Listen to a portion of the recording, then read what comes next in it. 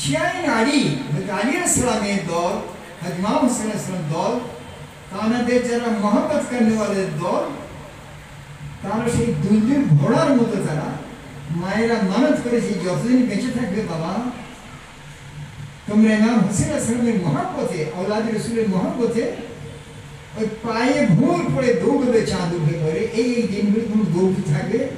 লোক তোমাদের যতই তাচ্ছিল্য ব্যঙ্গ বিদ্রুপ যাই করুন না কেন, তোমরা স্মরণ করবে না, তোমরা রসুলের মহব্বতে দৌড়বে। ইয়া হোসেন তুমি দৌড়বে, যেন মানুষ জানতে পারে এই মহরমে চাঁদ উঠেছে। এই চাঁদেতে আওলাদে রসুলকে মুসলমানদের মধ্যে একটা দল, তারা দুনিয়ার লোভ লালসায় বৈষয়িক যে সমস্ত সুখ সুবিধা আছে, বস্তু জগতের মধ্যে যারা ডুবে আছে, তারাই ষড়যন্ত্র করে আপনাকে শহীদ করেছিল। সেই মহরমের মাসকে কেন্দ্র করে সারা পৃথিবীর মানুষ এই 1400 বছর ধরে 1400 বছর মহরমেতে তারা চোখের পানি ঝরাচ্ছে। তাই হুজুর মওলানা সাহেব রহমতুল্লাহ লিখেছেন ফার্সিতে। আপনি তো 10টা ভাষায় পারদর্শী ছিলেন, একটা অন্ধকার জায়গায় আপনার আবির্ভাব হয়েছিল।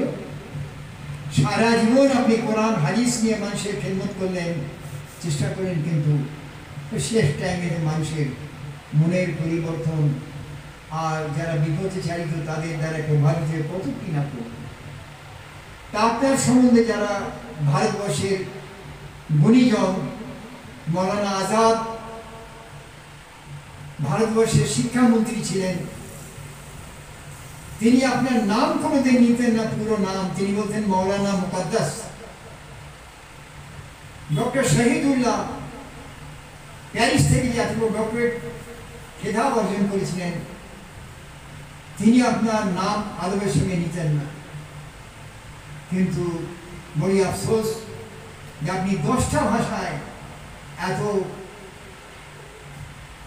জ্ঞানের ভান্ডার থাকা সত্ত্বেও আর যত রকমের ধর্মপুস্তক সমস্ত আপনাকে ফোকস্ত ছিল, 30 পারা কোরআন ধরেন ফোনে। সেই মহান আল্লাহর ওলির সঙ্গে কি ব্যবহার বা কি রকম ধারণা আমরা পোষণ করেছি বা করছি, এটাও মনে হয় এখনো আমাদের সে অনুভূতি নাই। যার ফলে আপনি যে বয়ান করে গেলেন আওলাদ রসুলদের নিয়ে, আপনি লিখছেন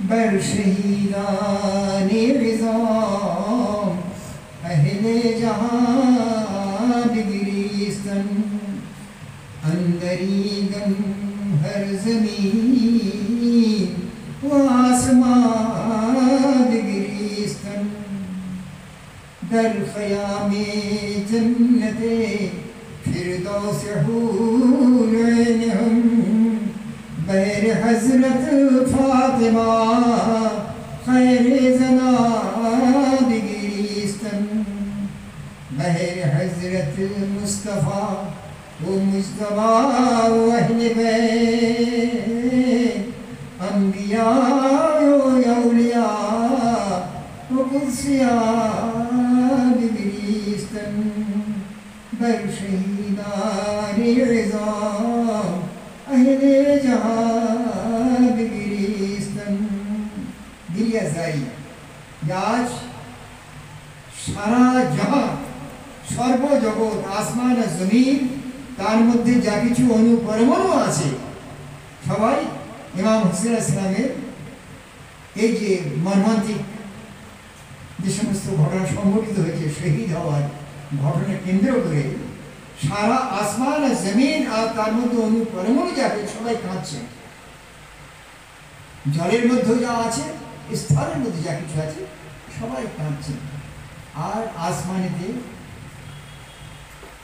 যেমন কাঁদছেন, বেহেশতের মধ্যে মা ফাতিমা কাঁদছেন, হযরত আলী ইসলাম কাঁদছেন, আওলাদ রাসূলুল্লাহ কাঁদছেন, আর আহমদ মুস্তফা মুহাম্মদ মুস্তফা সাল্লাল্লাহু আলাইহি ওয়াসাল্লাম কাঁদছেন। এত মর্মান্তিক ঘটনা, এই যে ঘটনা সংঘটিত হলো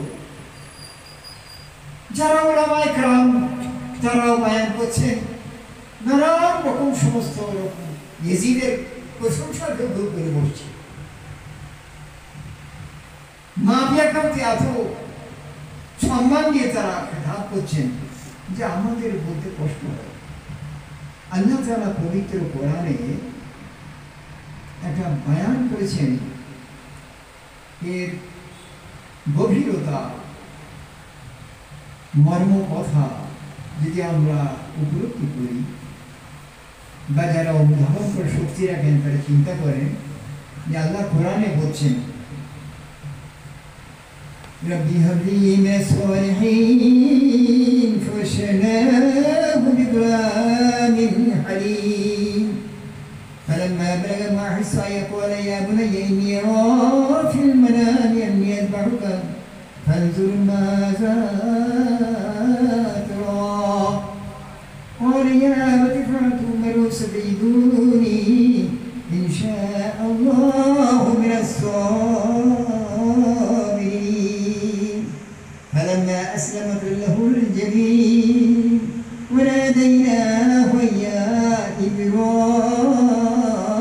إبراهيم وصدقت الرؤيا إنا كذلك نجزي المحسنين إن هذا لهو البلاء المبين وفديناه بذبح عظيم فلما بلغ معه السعي قال يا بني إني أرى في المنام أني أذبحك فانظر ماذا ترى قال يا أبت لا تسلم ستجدني إن شاء الله من الصابرين فلما أسلم له الجبين وناديناه يا إبراهيم فصدقت الرؤيا إنا كذلك نجزي المحسنين إن هذا لهو البلاء المبين وفديناه بذبح عظيم وتركنا عليه في الآخرين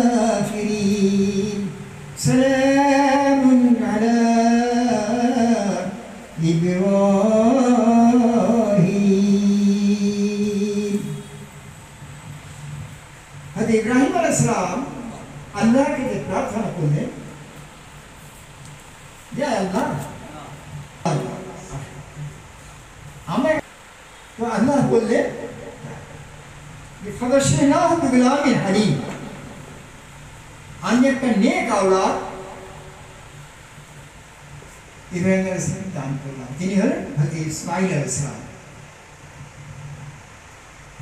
ফালাম্মা বালাগা, তিনি যখন বালেগ হলেন, এরা তো কচি শিশু বলে থাকে মৌলবীরা, কোরআন পড়লে তাহলে জ্ঞানের দুয়ারটা উন্মোচিত হয়।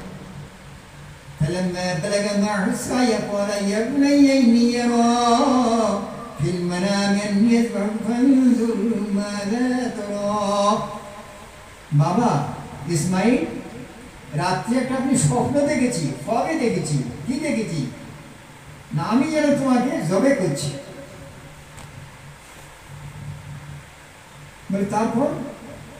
তারপর এবার তুমি ভেবে দেখো, এমন আওলাদ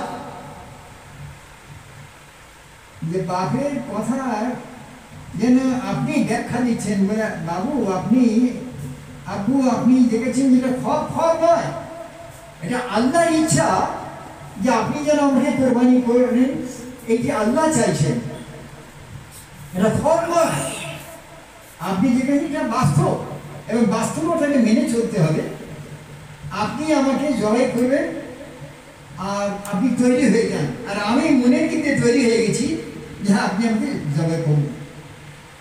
ফালাম্মা আসলামা লাহুল জাবিন, এমন একটা সময় আসলো ছেলে শুয়ে দিয়ে বাপের দিকে চেয়ে আছে, আর বাপ হেড হয়ে গিয়ে আসলামাত লাহুল জাবিন, বাপ হেডে ছেলের মুখের দিকে তাকিয়ে আছে, ছেলের মুখের দিকে তাকিয়ে আছেন।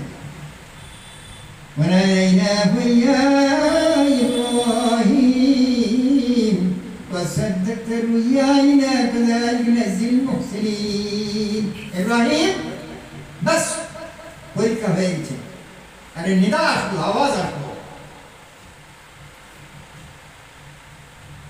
وتركنا عليه في الآخرين سلام على إبراهيم। আমি তোমার নামটাকে কিয়ামত পর্যন্ত আবাদ রেখে দেবো ইব্রাহিম, তোমার উপর সালাম। দেখুন আল্লাহ কত ভালোবাসেন ইব্রাহিম, আমাদের বাবা ইব্রাহিম, ফাদার অফ দি, যে আপনি এমন পয়গম্বর, এমন আওলাদ, বাপের এত অনুগত, ওফাদার, লয়াল, যে বাপকে বললেন আপনি খ্বাব দেখেননি, স্বপ্ন নয়, আপনি বাস্তবতা অস্বীকার করতে পারেন না বাবা, আপনি ঠিক দেখছেন আল্লাহ চাইছেন যে আপনি যেন আমাকে কোরবানি করেন। আল্লাহ কত মহব্বত করেন, আল্লাহ কি চাইছেন যাচাই করতে, আমি তৈরি আছি, আপনি আমাকে জবাই করুন। তাই আল্লাহ বললেন যে বাস ইব্রাহিম পরীক্ষা হয়ে গেছে, নিদা আসলো, আওয়াজ আসলো। এবার আমরা তো যত রকমের বাকি সব শুনি, সেগুলো মৌলবীরা বায়ান করেন। আমি কোরআনের কথাটাই খুব সংক্ষেপে বলছি, যে কোরআনকে ফলো করে অনুসরণ করুন। আজ আমরা হাজার বছর ধরে, কয়েক হাজার বছর ইব্রাহিম আলাইহিস সালামের নাম শুনে আসছি। আজ 1400 বছর পবিত্র কোরআনের নাম উল্লিখিত হচ্ছে। সারা পৃথিবীতে আপনার নাম নিয়ে এত সম্মানের সঙ্গে, আদবের সঙ্গে পাঠ করা হচ্ছে। আর পবিত্র কোরআন পৃথিবীতে এত পাঠ করা হয়, এত পঠিত হয়, যে পৃথিবীর কোনো ধর্মগ্রন্থ, কোনো পয়গম্বরের কিতাব এত পড়া হয় না। এইটি হচ্ছে একটা কোরআনের মজেজা, কোরআনের মজেজা। এই জিনিসটা বর্তমানে আমরা যেন খুব গুরুত্ব দিই না, যার ফলে এত রকম দুরবস্থা আমাদের দেখা দিয়েছে। স্বপ্নে দেখলেন আর ইসমাইল আলাইহিস সালাম তৈরি হয়ে গেলেন, কিন্তু আল্লাহ বলেন না, বাস পরীক্ষা হয়ে গেছে, তোমার নাম আমি কিয়ামত পর্যন্ত ইব্রাহিম আবাদ রাখবো। وتركنا عليه في الآخرين السلام على إبراهيم, ইব্রাহিম তোমাকে সালাম, আল্লাহ কোরআনে বলছেন। সেই যে আল্লাহর খায়েশ ছিল, ইচ্ছা ছিল যে আওলাদকে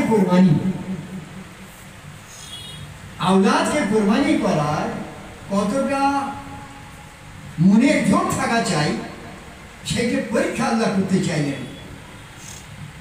এইটা বাকি ছিল 1,24,000 পয়গম্বরের মধ্যে যে সম্ভব হয়নি, শেষ নবী আখিরুল আম্বিয়া আহমদ মুস্তফা মুহাম্মদ মুস্তফা সাল্লাল্লাহু আলাইহি ওয়াসাল্লামকে দিয়ে আল্লাহ একটা পরীক্ষা নিলেন।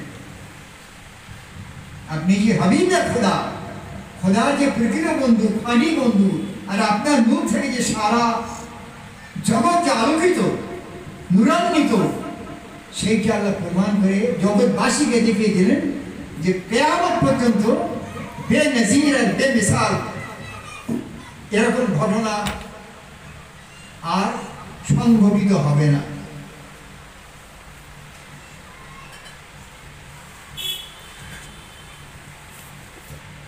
আর এই 1400 বছর নজরুল ইসলামকে বলি বিদ্রোহী কবি, কিন্তু আবার গুণীজনরা বলছেন যে আপনি ছিলেন মরমী কবি। আপনি লিখেছেন আবার বাংলা ভাষী